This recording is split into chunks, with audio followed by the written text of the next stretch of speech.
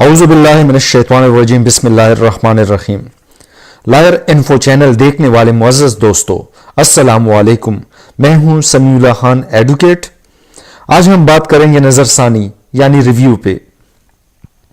ہر دیوانی عدالت اپنے صادر کردہ حکم یا فیصلے ڈگری پر نظر ثانی کا اختیار رکھتی ہے۔ عدالت متاثرہ فریق کی درخواست پر اپنے سابقہ حکم یا فیصلہ یا ڈگری پر نظر ثانی کر سکتی ہے، اور ایسی نظر ثانی کے بعد جو نیا حکم یا ڈگری صادر کرتی ہے، قانونی اصطلاح میں اسے نظر ثانی شدہ حکم یا ڈگری کہا جاتا ہے، اور اس کی قانونی حیثیت بالکل حکم یا ڈگری کی سی ہوتی ہے۔ دفعہ 114 سی پی سی کے الفاظ جو کہ اس طرح ہیں: نمبر 1، مذکورہ بالا پابندی کے ساتھ کوئی شخص جو خود کو متاثر سمجھتا ہو، الف، ایسی ڈگری یا حکم جس کے خلاف ضابطۂ ہاذا کے تحت اپیل اجازت دی گئی ہو مگر اپیل دائر نہ کی گئی ہو، بے، ایسی ڈگری یا حکم جس کے خلاف ضابطہ ہاذا میں اپیل کی اجازت نہیں ہے۔ نمبر 3، وہ فیصلہ جو عدالت خفیفہ کی طرف سے پیش کیے گئے ریفرنس پر کیا گیا ہو، اس فیصلے کے خلاف نظر ثانی کے لیے اس عدالت کو درخواست گزاری جا سکتی ہے جس نے فیصلہ دیا یا حکم صادر کیا، اور عدالت ایسا حکم دے جو مناسب سمجھے۔ اب دفعہ 114 کی ذیلی دفعہ 2(1) میں موجود کسی امر کا اطلاق اس فیصلے کی نظر ثانی پر نہ ہوگا جو سپریم کورٹ نے سنایا یا سپریم کورٹ نے حکم صادر کیا۔ دفعہ ہاذا کے تحت ایک دیوانی عدالت اپنی ہی صادر کردہ فیصلے یا حکم یا ڈگری پر نظر ثانی کر سکتی ہے۔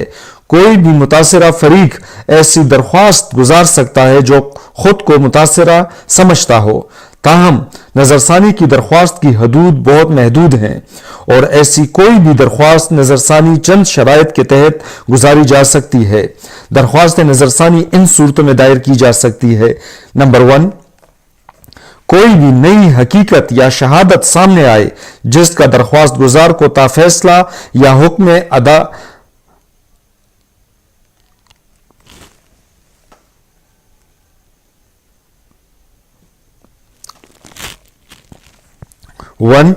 کوئی بھی نئی حقیقت یا شہادت سامنے آئے جس کا درخواست گزار کو تا فیصلہ یا حکم علم نہ تھا، یا وہ باوجود کوشش کے اسے دستیاب نہ کر سکا۔ نمبر 2، بظاہر حکم یا ڈگری میں ایسی کوئی غلطی ہو یا ایسی غلطی ظاہر ہو جس کی وجہ سے درخواست گزار کو ناقابل تلافی نقصان پہنچا ہو۔ نمبر 3، دیگر کوئی معقول وجہ۔ درخواست نظر ثانی پر مراتب اپیل کا ہی اطلاق ہوتا ہے، اور اسے اسی طرح مرتب کرنا ہوتا ہے جس طرح ایک اپیل مرتب کی جاتی ہے۔ درخواست نظر ثانی ایسے جج کے سامنے پیش کی جانی چاہیے جس نے حکم و فیصلہ اور ڈگری صادر کی ہو۔ ایسی درخواست جانشین جج کو بھی پیش کی جا سکتی ہے۔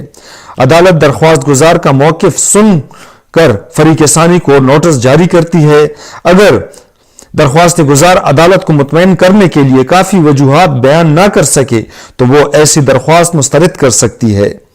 دوسری صورت میں وہ ایسی درخواست کو تسلیم کر سکتی ہے۔